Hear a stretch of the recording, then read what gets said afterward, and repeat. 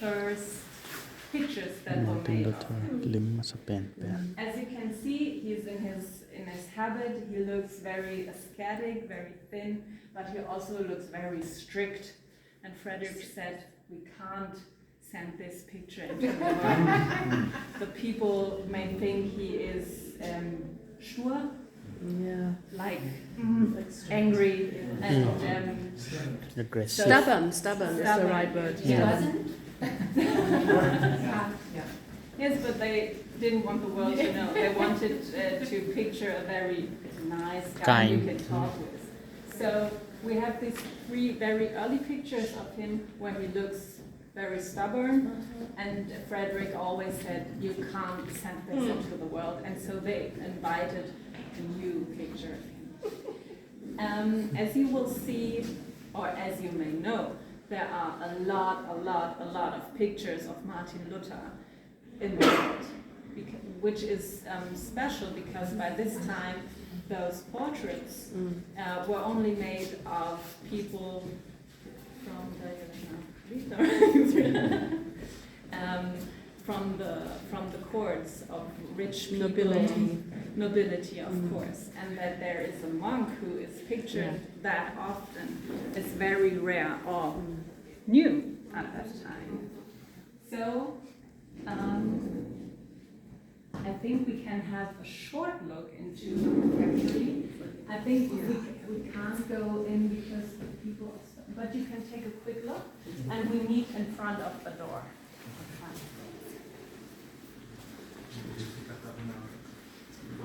Wir haben ja auch fast immer Kana, aber es gibt, ich glaube, der hat nur ein Melanchthon-Porträt gemacht.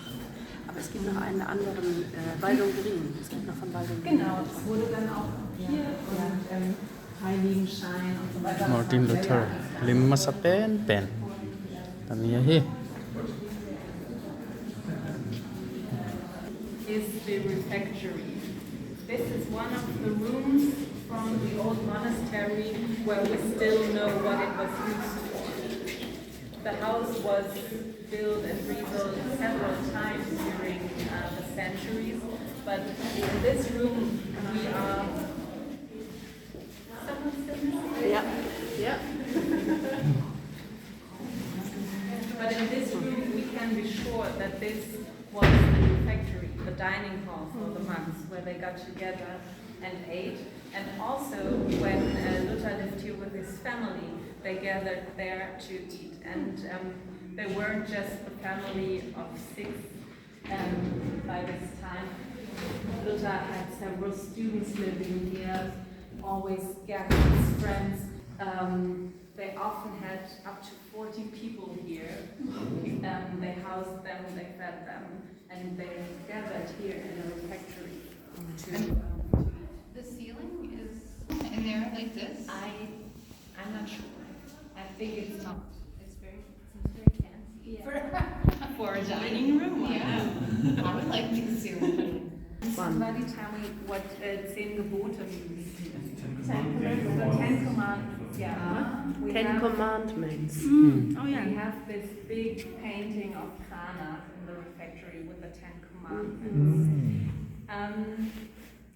That we have it here is a little complicated, but because it doesn't fit in the exhibition, it just doesn't. But it's huge, and so we had to find a place where to put it. So I like to tell when it's about this plate. I can say that. That Cranach had a life before the Reformation. So I guess the 10 Commandments are from 1514, 10, I'm not really sure. And he painted it for the Rathaus. For the town hall. For the town hall. And it's like a reminder for the officials sitting there and judging people to look at it and to see what is good and what is not. And because the officials always at this time had often problems with the nobility. You see on these paintings that all the bad things are done by people from the nobility. And they are all also always having their dressed in yellow clothes, which is a color with a bad meaning. So you also often see Jews depicted in yellow clothes at this time, or with yellow hats.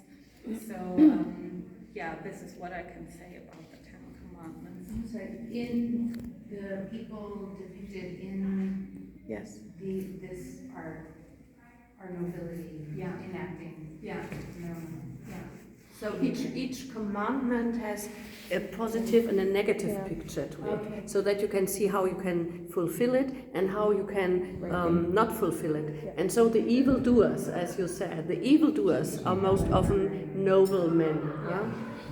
And you can even see it in the Kranach altar in the town church. I think you will find an opportunity to go and look at it, and then you will see the same pattern, so to speak. And this is quite interesting because it's a sign of the rising awareness and self-confidence of normal citizens, so to speak, like against the noble class. Yeah. Because people come here just to feel Martin Luther. Sometimes they take things with them, and in the 1920s, a teacher from the United States took a little piece of wood from the Luther room, took it to the United States, and several years ago we bought it back. So last week when we were closing the house, I saw two people here at this point, and they were scratching stuff out of the stone to take with them. Oh my goodness. So please don't do that. As much as you love Martin Luther, please don't.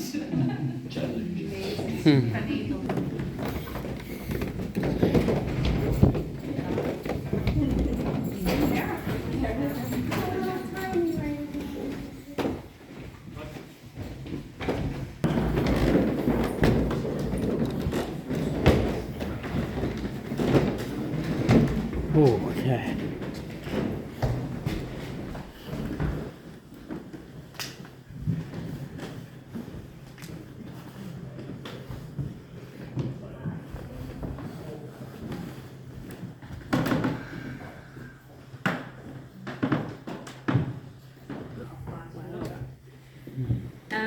It has no personal traits in the face, it's just some monk.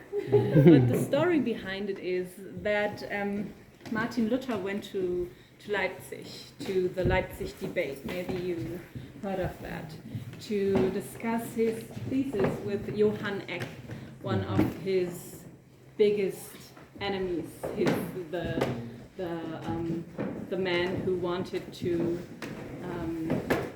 bring him down the most, I would say. And when he went to Leipzig, it was clear that they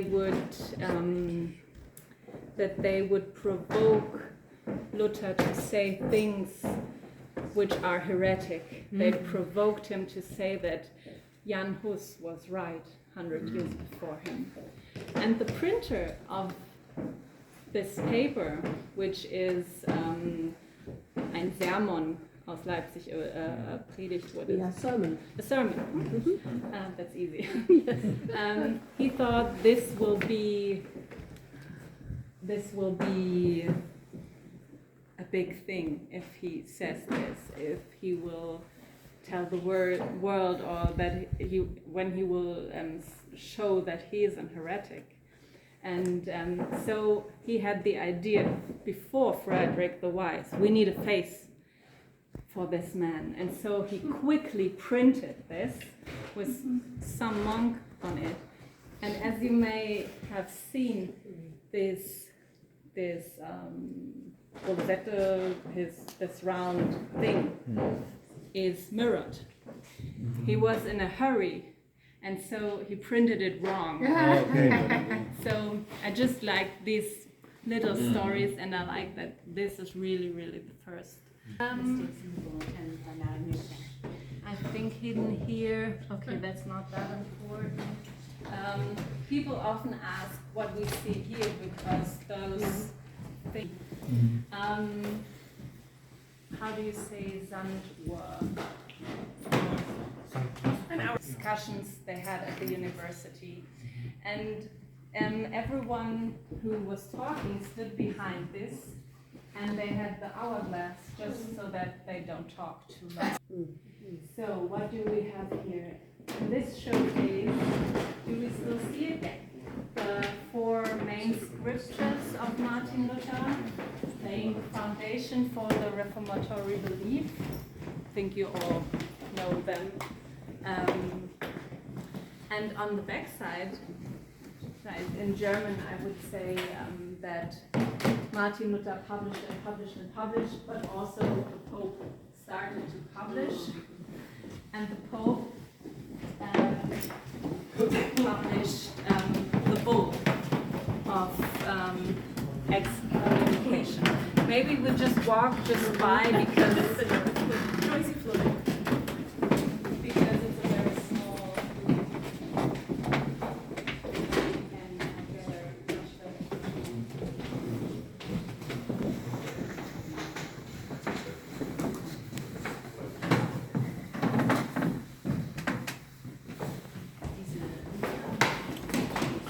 This is the wall. Genau. Das kann man einfach, vielleicht kann ich das auch auf Englisch sagen. You see on the little sign some Buchstaben, letters, and I put them there for the art handlers because we are also building an exhibition which will be here while the house is closed, and it's called Literally Luther, Facets of a Reformer, and we have 26 stations along the alphabet, like A, like asceticism, B as beer, C as Hannah, and I marked to which station those subjects. Oh, I wondered, I saw them. Yeah. Yeah. So this will be W as Wittenberg. Yeah. He was safer and also of closing for an Augustinian monk at that time. So that is short. Yeah. And took Martin Luther serious. He banned him. He spoke the ban. And when Martin Luther was traveling back home, he wrote a letter to the emperor. This is not the original. The original, you can see, maybe you come back in the next month in our next exhibition opening on December 1st, which is also under UNESCO World Heritage. So he wrote a letter to Charles V to once again say, I mean it like this, why don't you believe me? And I just have the best thoughts on it. But this letter never reached the emperor because I guess the one who brought it to him was afraid. Because how do you say, in Germany you say... the ambassador of the evil news is getting killed. Yeah, exactly. Yeah, don't kill the messenger. Yeah, don't kill the messenger. So, as I said before, Frederick the Wise took Martin Luther on his journey back home. He brought him to Wartburg Castle for him to be safe there, because now that the ban was spoken, everyone could do anything with him. So he brought him to Wartburg Castle, where he lived as Junker Jörg, as a knight. And maybe you would like to take a look at this picture, which is also kind of interesting how Martin Luther is depicted here.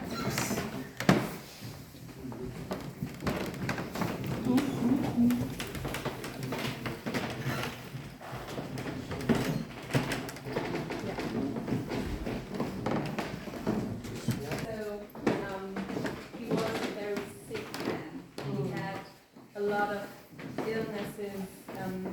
He was really ill sometimes. I have to look at my vocabulary because I really like to. And when he got older, a very bad eyesight. And he died of a heart attack. So Martin Luther really was just human, and this is also one of my favorite topics, to show that he was just like everybody else. And we also said when Katharina started to feed him, he got bigger and bigger, but he also got sicker and sicker. He had very bad problems with his heart, his constipation, and so on. When he was at Bad Castle, he started to work on the New Testament, to übersetzen, translate it from Greek into German, because one of his most important points was that everyone could understand what stands in the Bible.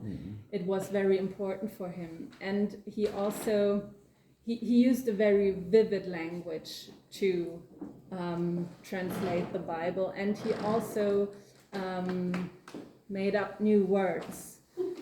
So when you know a little bit of German, or you speak German, you have to know that the language that we speak today is founded by Martin Luther, because he put together different German accents and dialects, and he chose from different parts of Germany, and he put a new German language together, and he invented new words that we still use today. So when you hear something German, just think about Martin Luther invented our Can you give an German. example of a word he invented? Herzenslust, like the joy of the heart, for example, is one of the Lückenbüßer, someone you take to fulfill the gap when somebody else left.